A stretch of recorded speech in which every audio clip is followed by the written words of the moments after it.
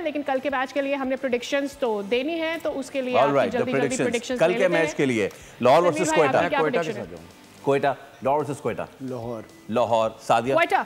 I am also going with Quetta because of the performance उन्होंने आज दिखाई है। तो खैर it was a very fun packed sort of Saturday और बहुत ही जबरदस्त मैच हुआ। पहला मैच हो के दूसरा मैच हो, पहले मैच में फाइनली बड़ा स्कोर हुआ जिसको पेशावर नहीं कर सकी और बिल्कुल ही ठोस हो गई, लेकिन दूसरा मैच बहुत ही जबरदस्त। This is what we want to see, हम यही देखना चाहते हैं।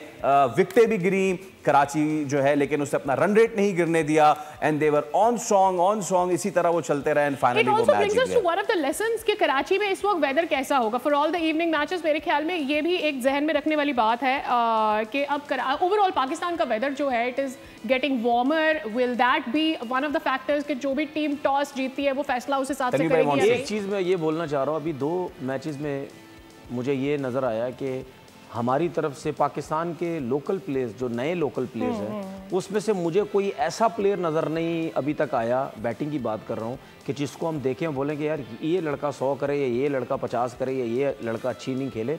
वो मुझे मिसिंग नजर आ रहा है।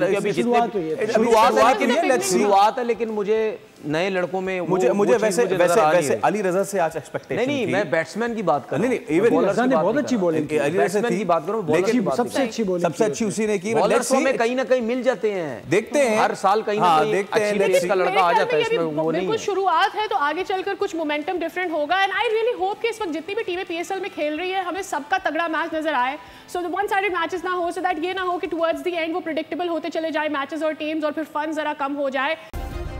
सब्सक्राइब करें और बेल दबाएं ताकि कोई खबर रह न जाए।